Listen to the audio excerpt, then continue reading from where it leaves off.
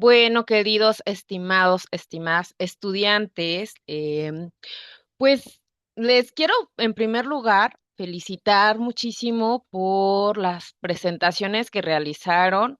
Yo sabemos que en muchos casos hubo bastante área de oportunidad, que tenemos que hacer una retroalimentación puntual, incluso de algunas estrategias expositivas. Y pues bueno, yo creo que siempre es recomendable, se los digo así como desde ahorita, cuando nos ponemos muy nerviosos, preparar un guión adicional al que preparemos en las diapositivas. A veces en la diapositiva podemos nada más, si no tenemos todavía esta posibilidad de improvisar con el contenido que que ya conocemos, pues en lugar de llenarlas o saturarlas de muchísimas palabras, a veces vale la pena que pongamos la imagen y tener nosotros el guión físico para poder explicar esas imágenes, ¿no?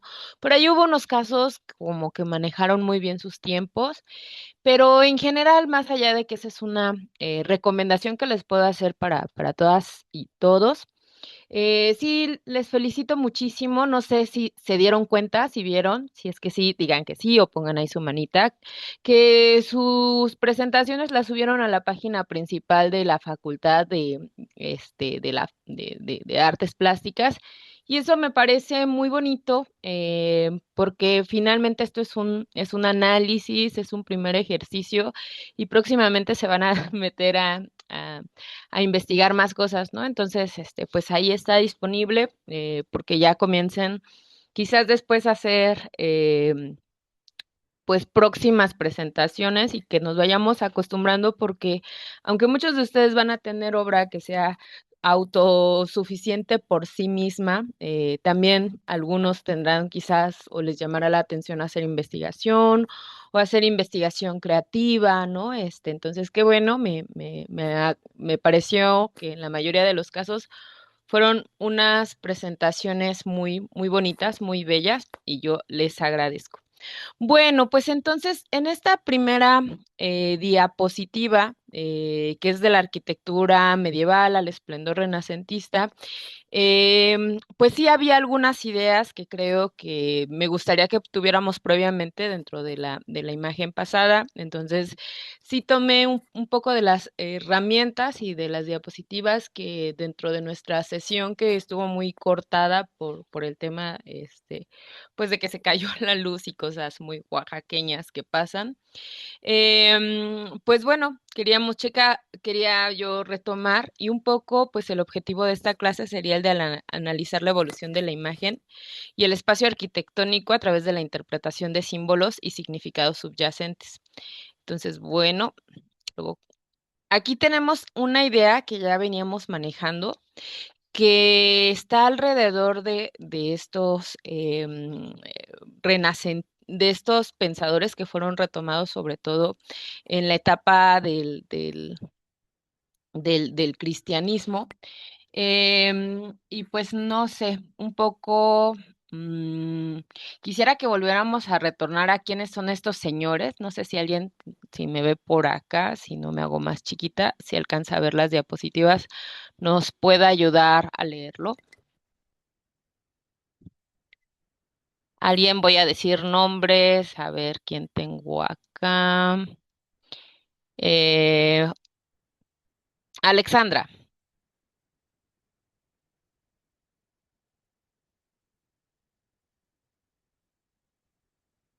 Ah, ¿Ya se escucha? sí, sí,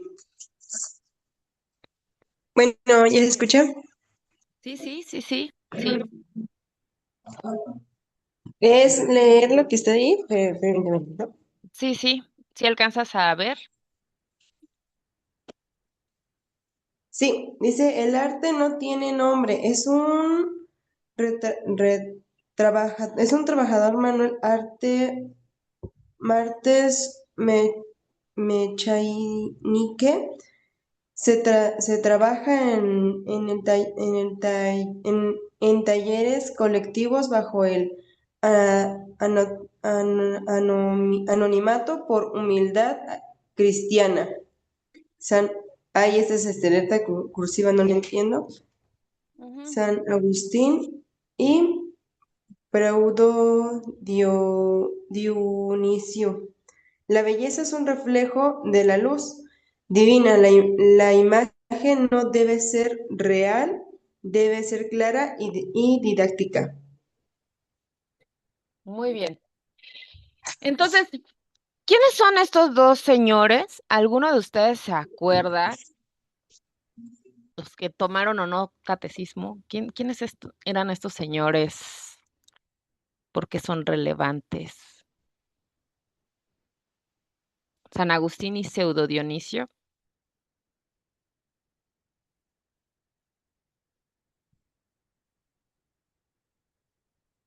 No, no, nadie.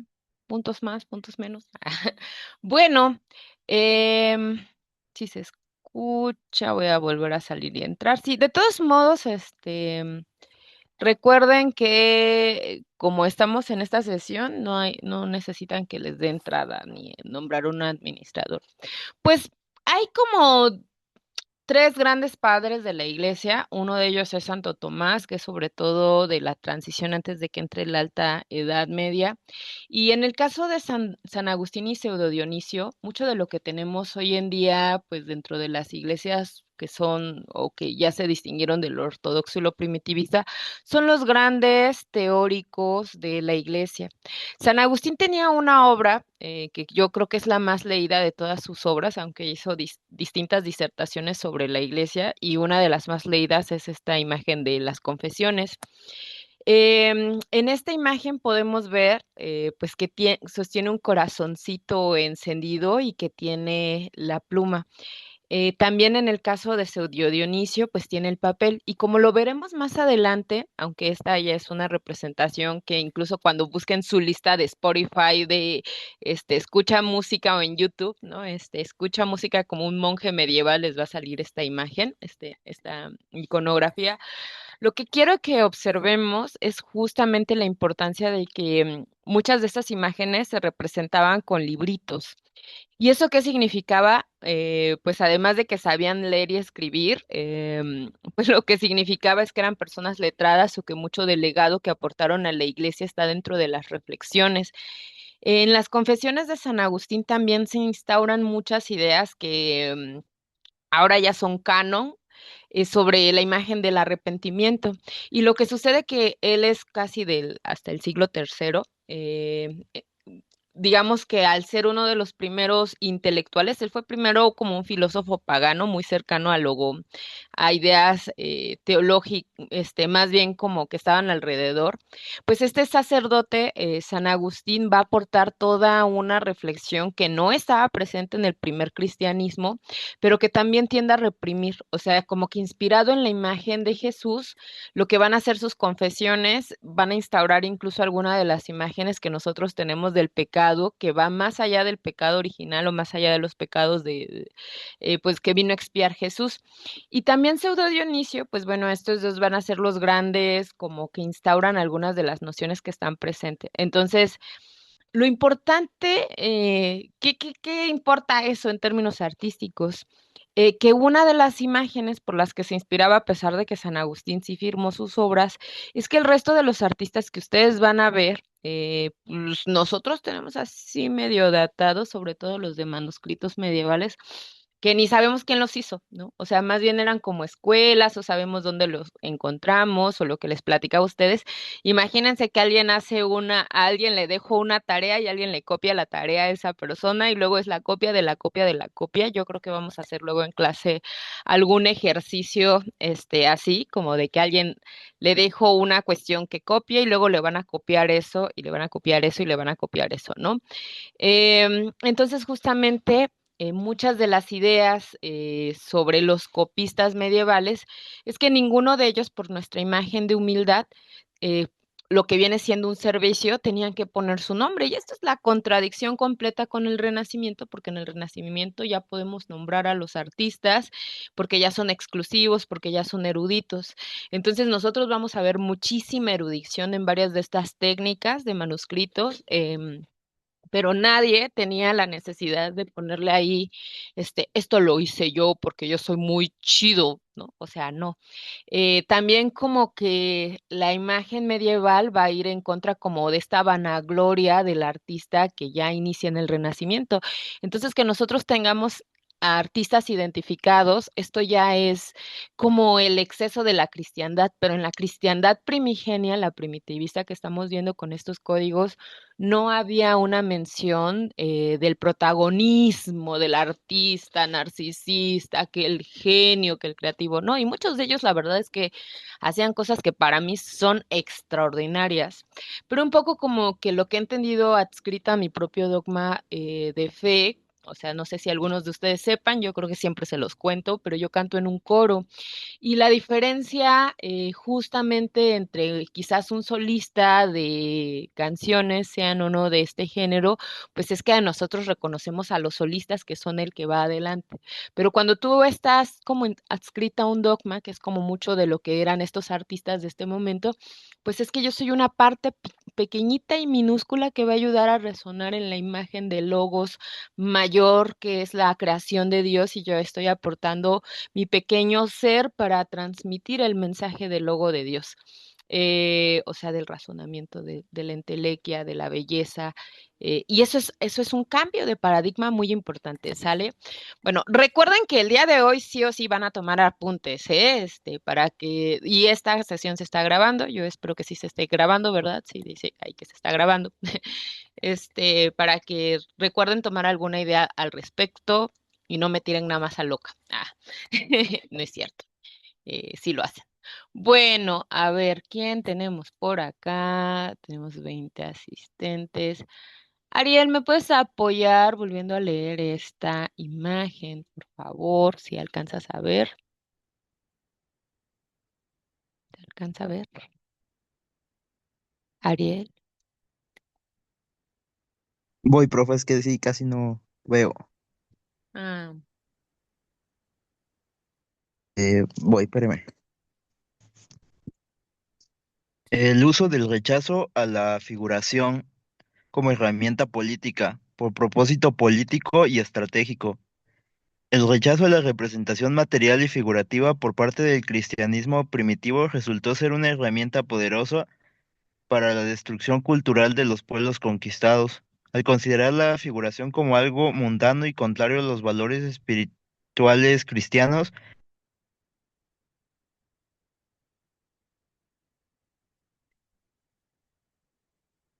te perdí, te perdí. Me quedé hasta los pueblos cristianos, pero bueno, ya te perdí. Entonces terminamos. El Imperio Romano encontró justificación para imponer su impon como algo mundano, encontró su justificación para imponer su visión del mundo, ¿no? ¿Se acuerdan de esto que les digo como del prejuicio que solemos tener sobre la Edad Media? Como que, ay, no, pues es que ya con los griegos, con los romanos, habíamos alcanzado, la representación de lo humano como tan natural, tan divino, no con esas esculturas, ya era lo máximo. Ajá. Pues bueno, en la primera etapa del cristianismo, cuando ya se vuelve, no cuando eran perseguidos, como esto que veíamos en las catacumbas, que se tenían que poner ahí guardaditos, cuando ya no fueron perseguidos, porque obviamente cuando los cristianos fueron perseguidos y estaban en catacumbas, ya se había adoptado la imagen del icono como la simplificación total de lo que tú tenías que saber y yo tenía que saber, y entonces era nuestro código secreto que nada más compartíamos los cristianos. Uf, pero cuando ya se vuelve parte del dogma, hacer, o sea, cuando ya se unifica a partir de la caída de Constantinopla, de que con este signo vencerás, bueno, lo que ya habíamos visto, lo que va a suceder específicamente con estas imágenes, con esta imaginería, es que pues tenemos la noción de que todos tendrían que hacer figuración porque con eso, pues no sé, ¿no? Un poco incluso cuando ya el cristianismo llega aquí hacia estos pueblos, pero mucho, mucho, mucho más adelante, a estos pueblos conquistados, pues entonces, ¿qué es lo correcto? Rechazar el código iconográfico propio de esa cultura, ¿no? ¿Y cómo lo vamos a hacer? A través de la unificación. Entonces, bueno, los primeros cristianos, los cristianos primitivistas, por ahí estaban a favor de la figuración de la imagen de la latría, la hiperlatría, la dulia, la hiperdulia, pero estaban en contra más bien, no de la cuestión representativa natural, porque eso parecería ahí súper pagano. Entonces, esto es muy importante, ¿no? Porque esta destrucción cultural se da a través también de estos símbolos. Así que aquí comenzamos también el proceso de alteridad. Luego, qué curioso que estos símbolos llegan a madurar tanto, pierden el sentido originario de la figuración, pues digamos, plana, o bueno, la figuración iconográfica, y entonces ya comienzan a ser, pues la propia identidad, pero es al contrario de lo que decía el cristianismo primitivista, ¿no? Bueno, ya no puedo avanzar, ya me quedé aquí. Pues no. Aquí también hay otra idea, como que por ahí había yo retomado de Panofsky, y de este es a donde agregué un poquito más de imágenes. A ver si me apoyas con la lectura. Orlando, andas por ahí, puedes ver, me puedes apoyar.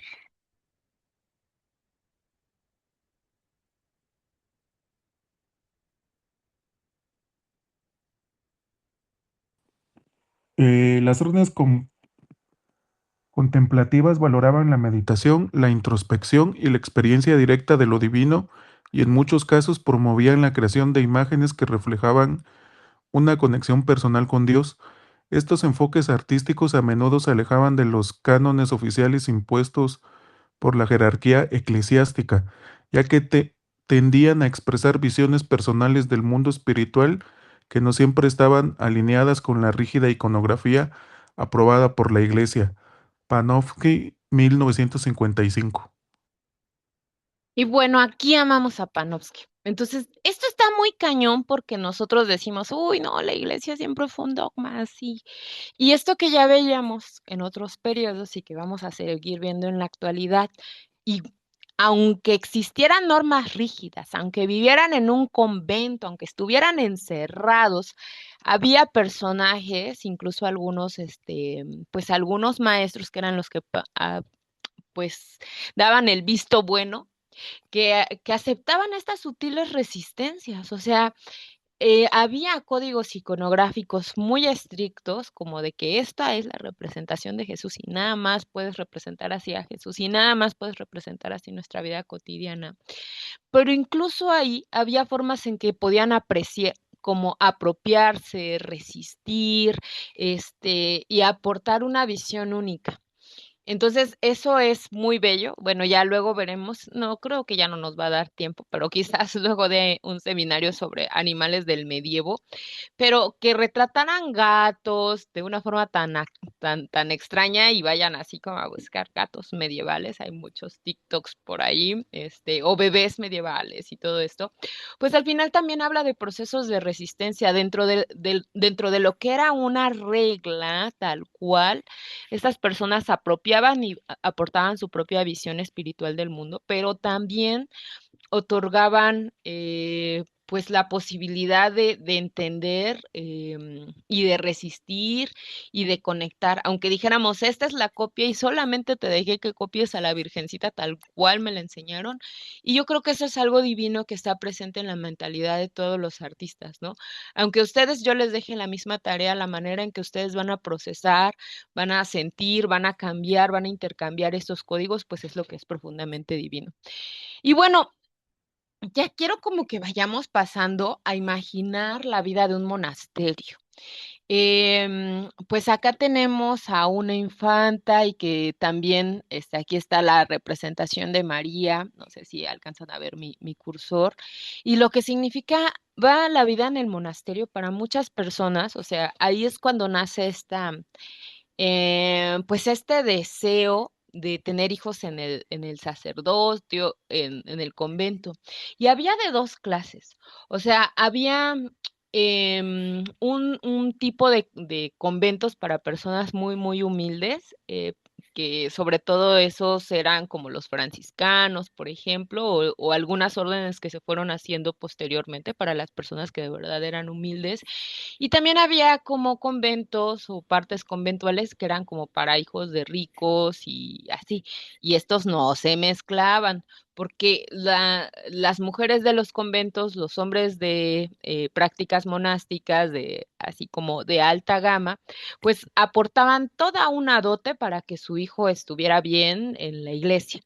Entonces, con esa dote, justamente, y aquí está lo extraordinario de esta imagen, por ejemplo, es que aquí vemos una niña leyendo. ¿Qué quiere decir? Que hubo mujeres que sí aportaron. De hecho, después va a haber como toda una cuestión controversial, porque hubo una zona de abadesas, donde eran puras mujeres, intelectuales todas. Y es curioso porque eso se oponía al dogma, o sea, sabemos que hay como la casa de brujas, más o menos por los periodos inquisitoriales, pero el convento fue una forma de preservación del conocimiento. Por eso algunos de los monjes, además de hacer su copia y su tarea, pues dieron origen a las universidades del siglo XIII. Y esas son, o sea, cuando yo de repente digo, ay, no, yo voy a ser panista, ay, lo tengo grabado, pero un poco la visión original que tenían esas personas que habían crecido con algunos privilegios era un cierto humanismo que implicaba una responsabilidad social con todas las personas que eran pobres y oprimidas, que no es lo que ya vamos a ver más adelante aquí, pero en el siglo XIII, con estos sacerdotes, se inventa la práctica contemplativa, meditativa, intelectual, que dio origen al humanismo más revolucionador, porque era el que cuidaba de los pobres como de ti mismo. Y eso nace en conventos. Y hubo mujeres escribiendo. Y yo creo que eso es lo que menos se retrata en la historia de la Alta Edad Media, ¿no? Pero bueno, ya, se está emocionando mucho esta señora. Ya, por favor, siguiente diapositiva. Y entonces aquí tenemos un montón de imágenes, pues que yo quise traer. Este es una cuestión del santo que ya mirábamos desde una exposición pasada, que es lo que significaba la santidad. También es un santo con librito, me parece pseudo Dionisio también. Pues, ¿qué es lo que significaba un santo, no? Un modelo a seguir, como hoy en día son los influencers, ¿no? Pues imagínense que los más influencers de la época eran los santos.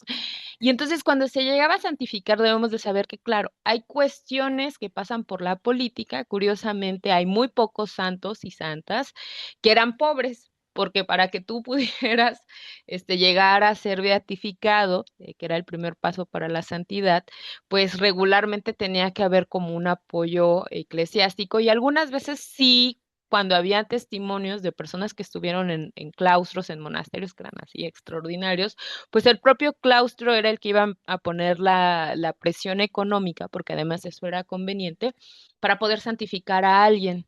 Pero muchas veces también lo hacían como las propias familias, ¿no? Y también muchas veces, pues que pudieras tú poner santos ya eran necesidades, hoy en día son más bien necesidades de la iglesia. Pero curiosamente los primeros santos pues tenían estas historias legendarias, pues de haber podido aportar a una comunidad concreta, porque pues los procesos de beatificación y de santificación vienen después de la muerte, ¿no? Obviamente. Y de qué milagros, y hay un proceso y un montón de pruebas para ver qué tan milagrosos y cómo das cuenta de ello. Pero bueno, más allá de lo que significaba la inspiración de la vida del santo para que ustedes alcanzaran su propio modelo de perfección humana, lo que va a suceder en general, y lo que llama la atención de estos que son pues las prácticas de como nosotros tenemos una cuenta y un testimonio de cómo era la vida en el monasterio. Ahora yo ya les digo, ¿no? O sea, sí que existían monasterios, conventos, ¿no? Lugares conventuales, donde no todos leían y de todos modos eran copistas. ¿Y por qué todos querían así tener a su hijo en el sacerdocio? Todavía, bueno, hoy yo creo que ya no pasa, pero yo creo que todavía la generación pasada y en algunas comunidades que son profunda y fuertemente devotas. Es como, ay, sí, el hijo de mi familia va a ser el santo de la familia y por un santo de la, porque esa es una idea de la vida contemplativa, ¿no? La persona que está en vida contemplativa va a orar por todos y también es como a aquellos a los que les gusten aquí, pues, ¿qué será? Les gustan las constelaciones, la New Age, ¿no? Y aquí en estas teorías psicológicas, pues es como que, sí, va a haber alguien de la familia que va a cargar con todo el peso simbólico. Pues eso era un monje de la vida contemplativa, ¿no? O sea, un monje, una mujer, era como quien tenía la energía y el poder espiritual para dar todo su celibato en favor de su propia familia y en favor sobre todo de la humanidad. Entonces, porque en este periodo es donde nosotros iniciamos a creer que el poder de la oración sirve para, pues para todo el mundo, ¿no? O sea, que tenemos que orar por todos y por todas, incluso, reprimir y suprimir nuestras cuestiones, pues más diabólicas, como ya sabemos ahí de la imaginería de los diablos, para poder, pues dar santidad al mundo. Y nosotros necesitamos muchas personas así que tengan estos procesos de santificación. Pero por otro lado, todos querían, o sea, esa es por la parte contemplativa, humildad espiritual, de limpieza cósmica de tu linaje. Pero por el otro lado, pues querían en algunos casos tener a sus hijos porque miren, ahí enseñaban a leer y a escribir, ¿no? Hoy en día, incluso hay muchas comunidades donde no se sabe leer y escribir. Em, pero pues ya que alguien sea un santo, sea retratado con los libritos, una persona sepa leer y escribir, pues el proceso de alfabetización es lo que digo, ¿no? Pues es que el arte siempre ha existido para un par de élites, y aunque en este caso sí vemos unos que en realidad tienen pintas por el tipo de atuendo, de outfit que se cargan, que sean estos más bien como franciscanos porque son cafés y porque es este tipo de outfit más humilde. este, pues toda su indumentaria nos hace ver que finalmente la mayor de las formas en que se tenía una práctica que ayudaba pues a conocer y leer la Biblia y por eso meditar en el Evangelio. Y, o sea, imagínense, ¿no? En el mundo donde no todos podían llegar a saber escribir, pues tener una persona pues era un gran privilegio, pero también un gran gozo porque significaba que por lo menos una persona de la familia, porque ahí quienes tenían que aprender y escribir no eran las personas o normales, ¿no? Incluso pues iban a misa y nadie entendía nada de lo que se hacía en misa, tenían que ir porque pues les decían que con eso Dios no los iba a castigar, pero aquí significaba, imagínense el poder que tienen ustedes y que tengo yo y que no tuvieron nuestros antepasados simplemente a leer y escribir, ¿no? O sea, eso es extraordinario. Y también quería traer esto, pues porque aquí además vemos la cuestión del scriptorium con un hombre y con una mujer. Y pues eso, ¿no? O sea, el hecho de que en las peores condiciones humanas, y también estas parecen ser pues ya cuestiones donde podrían haber habido pues monjas, ¿no? Entonces, pues sí, no nos es de extrañar que haya existido una Sor Juana Inés de la Cruz en México como la representación de la culminación de esto. Había mujeres que podían cultivar su intelecto, sí, y quienes eran, pues, las que estaban en los conventos, ¿no? Porque además tenían acceso a otros libros, en fin. Una vida extraordinaria. Estas son recreaciones de IA de cómo nos imaginamos que era la vida medieval. Y pues es que yo quiero que mediten en esto cada vez, porque yo siempre lo hago. Cada vez que voy al etnobotánico, cada vez que voy a, pues nada más, ¿no? Ahí como por Santo Domingo, que son como de los conventos más antiguos, pues ustedes no sé si se han dado cuenta que hay unas jardineritas, ¿no? Y hoy en día llaman a un tipo de arquitectura ya muy moderna, ecosostenible, resiliente, agrosustentable, que filtra su popó para ponérsela a las plantas. Oigan, ¿qué creen? Pues eso lo inventaron los medievales mucho antes de que existiera internet y lo hicieran popular.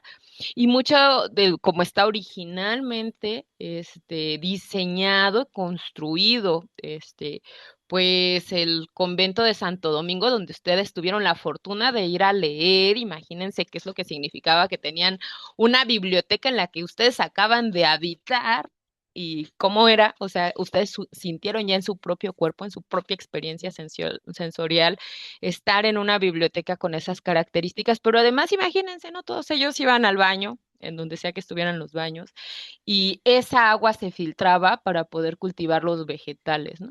¿Qué autosostenibilidad moderna? No, no, no, eso lo inventaron ellos. Y por eso van a ser tan importantes los constructores de catedrales, porque tener ese conocimiento, pues era súper importantísimo. Y ese conocimiento venía en libros.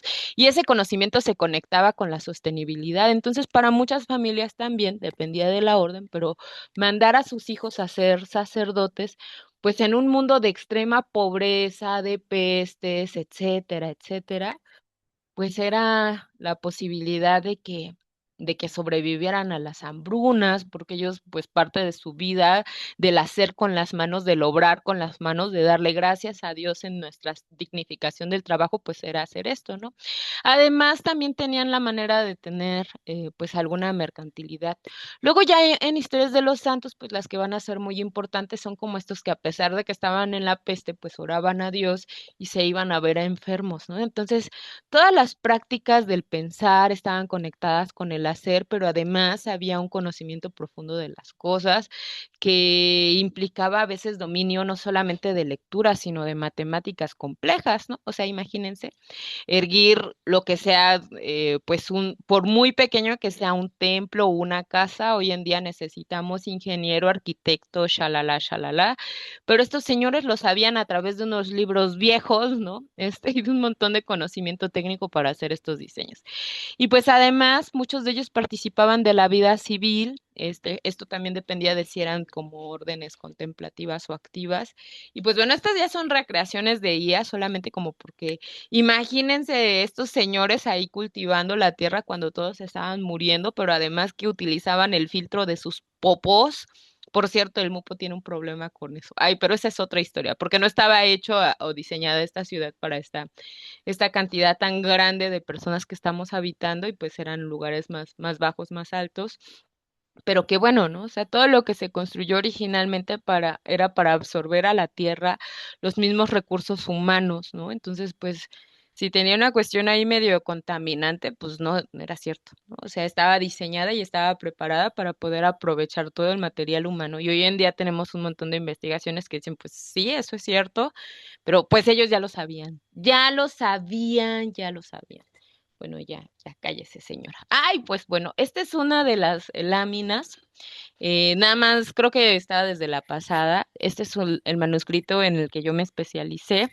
Es de alguien que nosotros atribuimos como que fue el Beato Facundo. Este es el folio 160 186 de La Mujer y el Dragón. Y pues una vez más quiero que vean esta imaginería del nivel moderno al que podían hacer estas representaciones un poco más libre y qué materiales, no sé, hay una belleza ahí. Pero bueno, esto lo vimos en la sesión pasada, así que también, ¿no? Otra de las cosas que era la práctica artística de los medievales, el alto medievalismo, em, pues era ver estos iconos, era tener esto que les digo, ¿no? El obrar con las manos era la manera en que se alineaba la mente, el pensamiento, el sentimiento, el sentir por Dios, la inspiración de Dios y el hacer con las manos, ¿no? La unidad de la esencia de Dios, ¿no? Y esto representa en gran medida ese sentido de unidad. Por eso, pues Dios como representante que está en los cielos con los ángeles, representa la unidad a la que tienen que llegar todos ustedes para que no estén disociados y esquizofrénicos. Y por eso, desde ese entonces, el perfeccionamiento moral de la iglesia, pues llevaba prácticas que hacían sostenida la vida, bueno, en un mundo donde además sabemos no había tantas imágenes, físicas, ¿no? Entonces esto era impactante, era decir, yo quiero alcanzar a ese personaje que es Dios y que está ahí en lo alto y que expresa todo lo que yo quiero saber. Y finalmente, pues el humano sí ha hecho, el ser humano sí ha hecho eh, un Dios con nosotros, como pues te represento como entiende mi cabeza que es Dios, pero pues no sabemos cómo es físicamente, nunca lo hemos sabido. Y no quiere decir, al contrario, pues de las iglesias primitivistas, ay, no estamos representando a Dios como humano. Pues sí, pues es que es lo que nosotros tenemos, ¿no? Pero no podemos saber cómo es realmente Dios. Este es un Dios joven. Luego vamos a ver unos códigos iconográficos porque, pues donde es esto es más bien como cercano al hijo, pero también hay unos que son como el padre y a veces los representan todos igual y esto, ¿no? Em, Ahora sí, ¿no? Vamos viendo un cambio de sentido entre el modo de producción de la Alta Edad Media y el Renacimiento. Y ya sé que soy la más gritona y habladora, pero Merari, ¿me puedes apoyar a leer esta? Marco histórico y modo de producción. Alta Edad Media. Sociedad rural. Sistema feudal. El monasterio como centro de producción. Scriptorium. El arte es artesanal y corporativo. No existe el autor, sino el servidor de Dios. Renacimiento. Auge de las ciudades. Estado. Sistema bancario. Medici. Nacimiento del capitalismo mercantil. El arte se convierte en una mercancía de prestigio y el artista asciende a intelectual. Muchas gracias. Ojalá y con esta lámina les haya quedado súper claro lo que sea que les haya yo acabado de decir. Yo espero que sí, ¿no? Yo sé que sí, yo sé que les queda súper clarísimo. Entonces, pues vemos este cambio de paradigma, ¿no? Que les digo, pues el arte, cuando no tenemos autores, cuando no soy yo soy el artista, mírame, ¿no? O sea, eres un servidor de Dios, mijo, tú estás aprendiendo a hacer arte porque vas a adorar algo mayor, ¿no? Y aunque, como vimos en la laminilla del que nosotros atribuimos como el Beato Facundi, tenemos nociones que ya los historiadores, los que se dedican específicamente a hacer historia de archivo, pues tendremos algún nombre registrado y hacemos alguna clase de inferencia, revisamos el estilo, porque a veces podría ser que incluso distintas personas hicieron un estilo con los medievales, etcétera, ¿no? Pero en el Renacimiento, ¿qué es lo que va a cambiar, no? Ya no eres la persona humilde que está poniendo tus manitas, tus ojos, tu vida, tu canto, ¿no? Porque también en el mundo medieval, pues se va el arte, ese arte que nosotros nos podemos imaginar, pues llevaba además cantos gregorianos, ¿no? Bueno, pues era una unidad de sentido, una práctica de vida.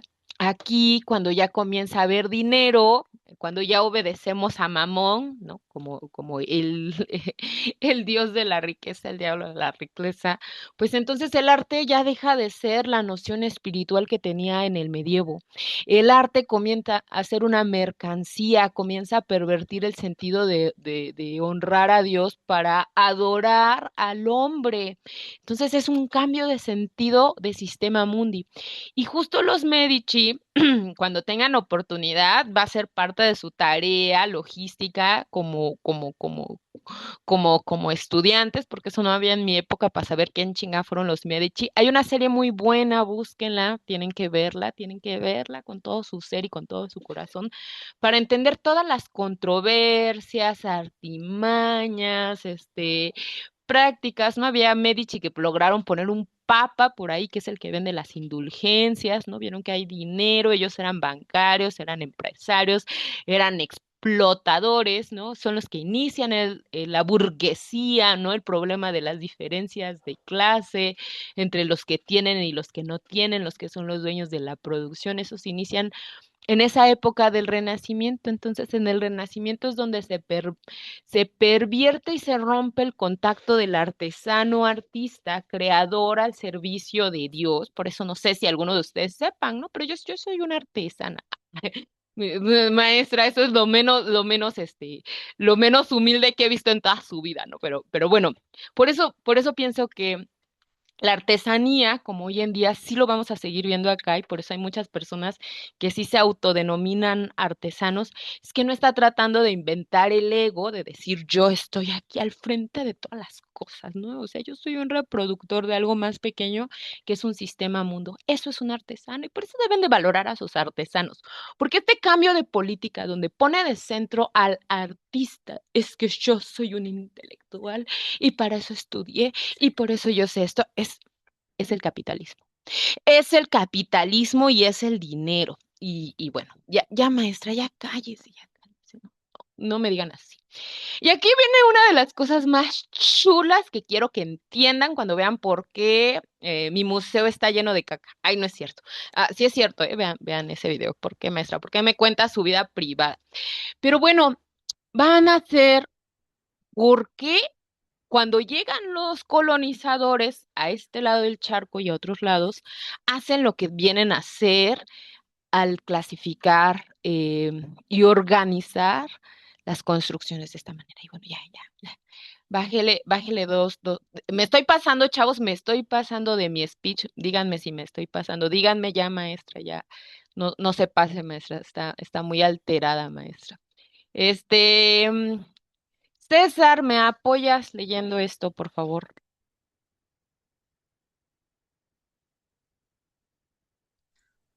Jerusalén celestial es el concepto escatológico y teológico cristiano descrito en el libro del Apocalipsis. Simboliza la morada eterna de Dios con los creyentes, la perfección espiritual y el triunfo espiritual y el de la iglesia, digo. Muy bien, pues los quiero atentos, las quiero atentos. Ven esta maravilla. La están viendo, la están observando ahí los que están ahí comiendo y dormidos y así. No, no, vean esta maravilla de imaginería. Pues es que, como yo ya les dije, como ustedes ya saben seguramente, pues el infierno pues en realidad es una obra que era fake, era un fandom, era un fan, ¿cómo le llaman? Fan service, una fiction, una, no sé, fanfic. Era una fanfic, el infierno era una fanfic, porque nunca está mencionado el infierno en la Biblia. Y de la misma manera, pues el paraíso tampoco está mencionado en la Biblia. ¿De dónde nosotros sacamos la imaginación del mundo paradisiaco? De una parte del Apocalipsis y de otros dos libros, pero que en realidad son hechos, o sea, son del Nuevo Testamento. Nos sacamos la idea de la ciudad de Dios. Aquí el máximo, justo por eso vimos primerito al señor San Agustín, pues hay una obra muy famosa que es La Ciudad de Dios de San Agustín, donde esta imagen, esta idea, otra, ya les digo, así como la Divina Comedia es la fanfic, que en realidad no estaba en el canon, no estaba en el libro original y se convirtió en lo que todos tememos del infierno con el más allá, con sus círculos y con un montón de diablitos purgándote con trinchetes. También la fanfic de San Agustín se convierte en nuestra imagen del paraíso, chavos. Ay, ya, bájele, pero me emociona. De verdad les juro que me emociona platicarles de esto, porque entonces, ¿qué es lo que vienen a hacer todos estos colonizadores y conquistadores aquí a América? Y por eso los españoles que ustedes han de entender muy bien dicen, ay, pero si nosotros les hicimos iglesias, nosotros les trajimos la iluminación. Sí, sí, compa, igual ni te la pedí, gracias. Yo ya vivía en un paraíso, ok, tu cotorreo. Pero porque para imagínense un mundo que sobrevivían entre cacas, entre ratas, entre peste, pues se imaginaban la ciudad de Dios, que igual ya les digo, es la fanfic de San Agustín, se imaginaban la ciudad de Dios como el orden perfecto donde Dios iba a morar y gobernar. Y entonces, ¿cómo se imaginan que tenía que ser este Dios? Pues bueno, en este fanfiction, la ciudad de Dios de San Agustín retoma algunas ideas aristotélicas, porque ya saben, ustedes saben que bueno, después de Salomón, mi primer gran amor de mi vida, obviamente fue el señor Aristóteles. Por aquí, para que quien no se acuerden, tengo una representación y Aristóteles me ama y yo lo amo. Bueno, te amamos Aristóteles, pues Aristóteles justamente va a dar aquí como las rutas, las trazas de en qué momento tenía que ser y cómo se imaginan la ciudad de Dios, pues en orden, chavos. El orden absoluto es la imagen, ¿no? Altísima, altísima que a diferencia de la Torre de Babel, o sea, yo no sé si San Agustín no leyó la Torre de Babel, ¿verdad? ¿No? No, pero aquí en la ciudad de Dios, entre más alta sea la torre, más vamos a alcanzar a Dios. Y entonces acá tenemos cómo se imaginaban los medievales que iba a ser la ciudad de Dios, ¿no? O sea, vean esta belleza. Vean esta belleza. Pues acá la tenemos abajito, sistema teselato, de teselatos que ustedes ya conocen, como que son piedritas, pero véanla, es un castillo espiritual donde habita Dios. Aquí tenemos, pues, una obra más del tardo medievo, pues tiene que tener orden, tiene que estar llena de cruces. Yo no sé quién le dijo a los cristianos que, uy, pues Jesús no creo que haya sido, me encantan las cruces, y ahí me crucificaron, pero bueno, ahí hay cruces. Y luego imagínense esta cosa más chula. ¿No ven ustedes esta chulería de acá arriba, de dónde se imaginan que habita Dios? Yo creo que tienen que tener ahí de tarea para su apunte, imagínense dónde es que a Dios habita. Porque ahí donde se imaginen que Dios habita, esta es la imaginación que tenían los medievales, que iba a suceder pues, cuando llegara el fin de los tiempos. Recuerden que el cristianismo trató de inundar el mundo de Cristo. Ole, hola, Baco, ¿qué estás haciendo? ¡Ay! Me sacó mi gato. Miren, ¿se acuerdan a mi gato? Este es Baco, es un travieso. Vete a dormir, Baco. Perdónenme, chavos, ya van a ver. Ay, ya me salí, perdonen, ay, ya me vuelven a ver la imagen de Dios. Ay, sí, perdón. Perdón, es mi gato que es un traviesito y que se siente solito. Pero acuéstate, bebé, acuéstate. En fin, sí, todos tenemos que tener ahí el gato en clase. Bueno, y ven esta imaginería, ¿no? Es extraordinaria, ¿no? Alguien que me quiera decir qué es lo que les llama la atención de cómo se imaginaban la ciudad de Dios. Alguien, descríbanme, ¿qué piensan de estas imágenes? Pues una de por qué sería totalmente un castillo o una residencia total, ¿no? Por así decirlo. Y número dos, pues creo que en algún punto de la vida dicen que el paraíso es como entre nubes y también una ciudad de plata, por así decirlo, completamente, ¿no? Bueno, algo así sería. Sí, ¿no? O sea, como se imaginaba un medieval en su lógica de la fanfic, esta que les platico, pues la ciudad de Dios tendría que ser un castillo, o sea, lo más bello que se podían imaginar, un castillo de oro. Y ahora yo quiero, porque todos ustedes fueron y saben más, ahora todos ustedes de lo que yo misma sé de las iglesias, de las que cada uno de ustedes es especialista, si no se imaginan que parte de esta imaginería medieval, pues estaba tratando de representar eso. Cada una de las iglesias, un amigo me dijo, es como un pequeño castillo. Yo dije, mira, qué interesante. Pues cada una de esas iglesias, pues es una casita de Dios. Y como casita de Dios, pues te tengo que hacer tu casita lo más digno. Yo, aunque viva ahí donde sea, ¿no? O sea, a mí dame un cuartito en esta tierra, no importa, porque además Jesús dijo en eso, ¿no? O sea, en la casa de Dios todos tienen un cuarto, ¿no? O sea, yo se los aseguro. Pero, pues yo te voy a hacer tu casa, Dios, como yo me la imagino, y así como esto, pues como un castillo de oro. Y de hecho, ustedes saben, chavos, que en muchas de las iglesias originales había oro real, ¿no? Y los que ya van a ir comprando sus materiales van a decir, no manchen, con esta hoja de oro ya me quedé para toda la vida, ¿no? Pero vendan caro cuando hagan representaciones con hoja de oro. Pero bueno, esa es otra historia y piensen mucho en la imagen de lo que significaba para los medievales hacerle su casita a Dios, porque en la ciudad donde Dios habita, como ellos se imaginaban, la casa de Dios, pues iba a ser el paraíso para nosotros. Por eso teníamos que sentir espiritualmente el paraíso. Y bueno, ya no, se me olvidó qué otra cosa les iba a decir. Y acá tenemos, porque yo ya les digo, bueno, yo para hacer mi casita, si no contrato un albañil que me la haya hecho como la haya hecho, pues contrato un ingeniero. Pero el conocimiento medieval, pues justamente trataba de hacer ciudades súper ordenadas. Es así como que Oaxaca, que se hace con la usanza española, Puebla, que se hace así súper perfecta, donde nosotros ya sabemos, Puebla es Puebla de Los Ángeles y se llama Puebla de Los Ángeles porque fue una ciudad que trató de hacerse con una traza desde la catedral hacia el centro de todo, está ordenado así milímetro a milímetro, norte, sur, ¿no? Poniente y oriente. Y está tan bien dividida, eh, porque justo lo que se deseaba hacer donde se replicaron las ciudades que traían los constructores medievales era la imagen de la perfección arquitectónica porque la perfección arquitectónica, pues era la orientación espiritual. Y entonces nosotros todavía tenemos en la imaginería en algunos lugares ciudades que además estaban como contenidas, ¿no? O sea, como a través de una muralla. Y esa era la manera en que se marcaba una adentro y una afuera, ¿no? Como que esta, que es la Jerusalén, no la que me estoy peleando con los musulmanes, no, la Jerusalén futura, pues es que esta ciudad ya está digna de decir que es parte de una Jerusalén, ¿no? Y muchas de las ciudades van a ser construidas de esa manera, ¿no?